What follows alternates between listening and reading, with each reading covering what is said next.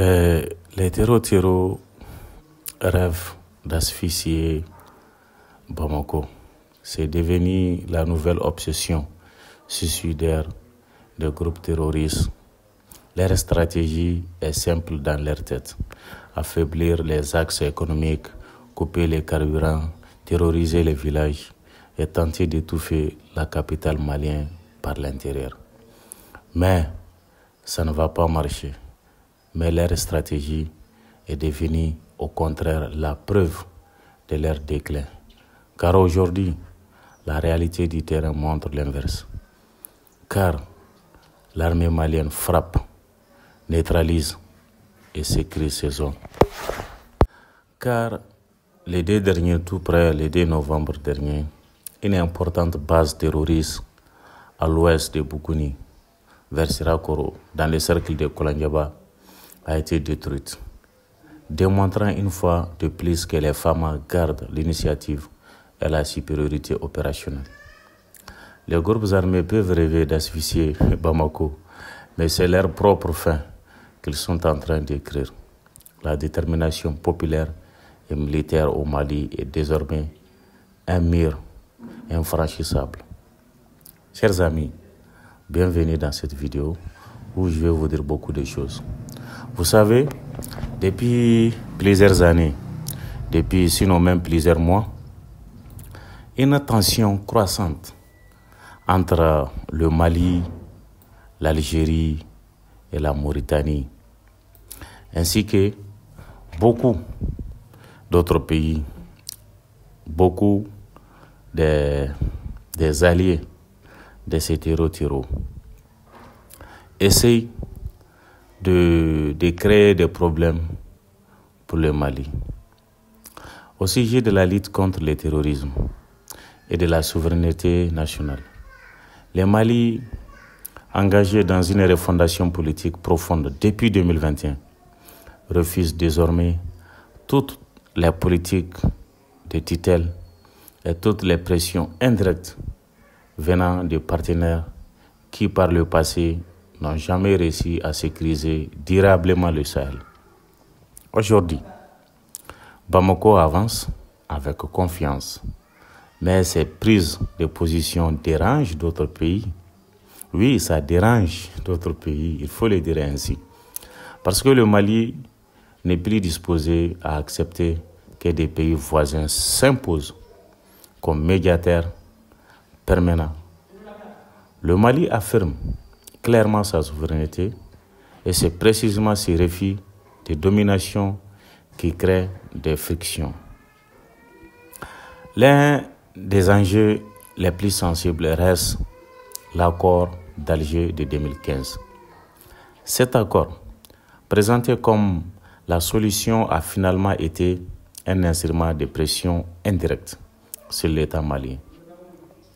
Un mécanisme qui a protégé certains groupes armés au lieu de les désarmer. C'est pourquoi, le 25 janvier 2024, le Mali a pris une décision historique. Le Mali s'est retiré, une décision qui a surpris et choqué, mais surtout énervé certains. Ce retrait était un message. Notre destin ne peut plus être dicté depuis l'extérieur. Et sur d'autres plateformes d'accueil de passage, voire d'appui logistique, certains groupes armés hostiles au Mali, les frontières désertiques et les zones grises ont permis à des éléments armés d'être tolérés, de circuler, de s'organiser. Et aujourd'hui, le Mali estime que certaines puissances régionales ont entretenu ces réseaux pour influencer la politique malienne. Ce temps-là est terminé. C'est fini. C'est fini. Car pendant que certaines critiquent nos autorités, pendant que certaines dénigrent la transition malienne, pendant que certains jouent un double jeu diplomatique, le Mali, lui, agit. Il neutralise, il sécurise, il protège aussi.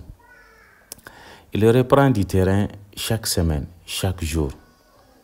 Les opérations conjointes de l'AES, Mali, Niger et le Burkina Faso montre que la nouvelle stratégie africaine est efficace, réelle.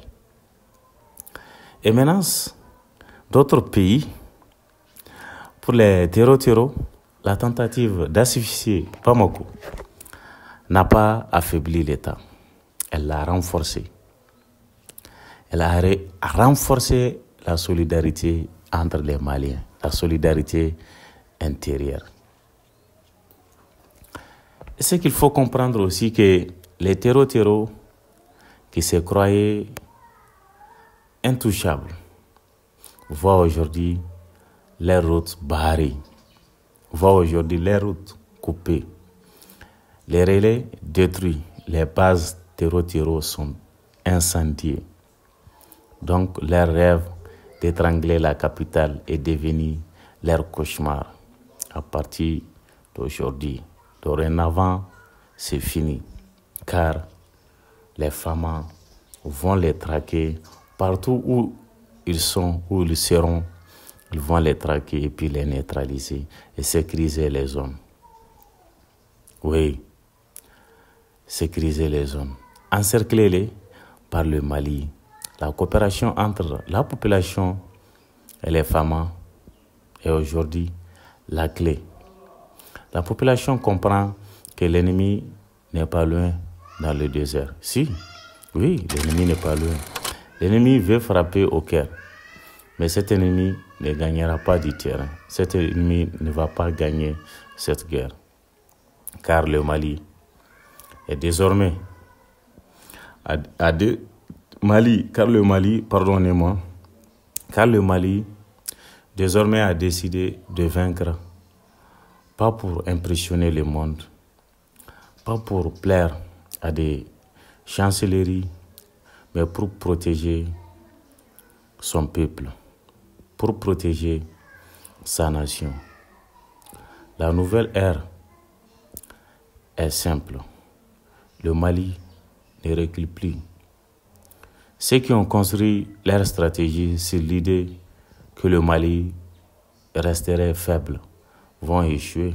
Ouais, forcément, ils vont échouer. L'histoire donne toujours raison à ceux qui se battent pour leur souveraineté. Et aujourd'hui, le Mali fait partie de ces pays-là qui dictent ces lois. Oui, de ces pays-là qui avancent, de ces pays-là qui ne va pas se laisser faire. C'est très décevant quand même que certains pays voisins sont en train de faire pour essayer de faire tomber le Mali.